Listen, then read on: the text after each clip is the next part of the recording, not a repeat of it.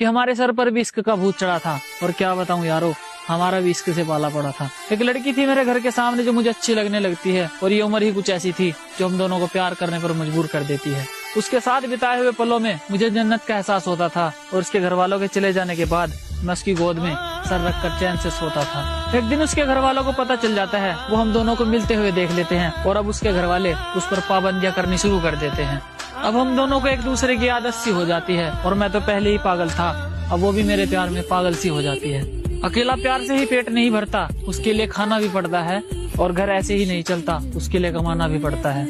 अब घर वालों की जिम्मेदारी और उसके प्यार का बोझ उठाकर मैं कमाने निकल जाता हूँ।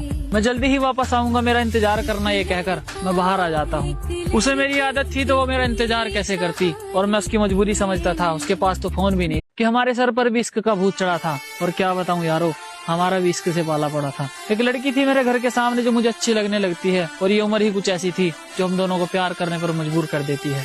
उसके साथ बिताए हुए पलों में मुझे जन्नत का एहसास होता था, और उसके घर वालों के चले जाने के बाद मैं उसकी गोद में सर रखकर चैन से सोता था। एक दिन उसके घर वालों को पता चल जाता है, वो हम दोनों को मिलते हुए देख लेते हैं, और अब उसके घर वाले उस पर पाबंदियां करनी शुरू कर देते हैं।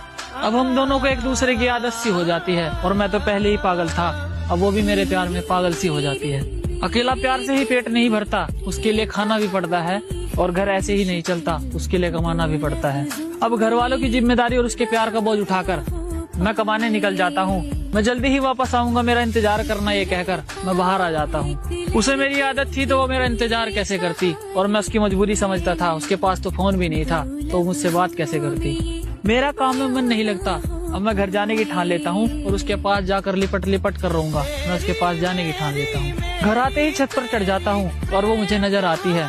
उसके हाव भाव कुछ ठीक नहीं थे, वो मुझे थोड़ी बदली बदली सी नजर आती है। जहाँ कभी मैं हुआ करता था, अब मेरी जगह कोई और आ जाता है, और जो कभी मुझसे प्यार किया करती थी, अब उसे किसी और से प्यार हो जाता है। जिसके साथ दिन रात मुलाकात हुआ करती थी, वो अब मुझे याद तक नहीं करती, और मैं उसके सामने हाथ जोड़ जोड़ कर रोता हूँ, और वो बेवफा मुझसे बात तक नहीं करती।